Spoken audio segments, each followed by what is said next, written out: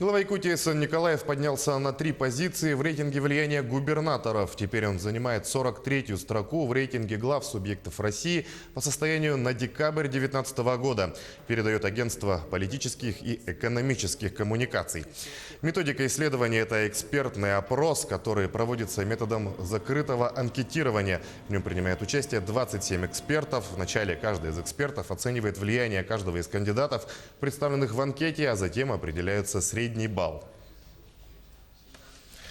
Тем временем юный якутянин побывал на главной елке страны. Стас Червинский, ученик 2 класса коррекционной школы номер 34 города Якутска, стал участником Кремлевской елки 2020.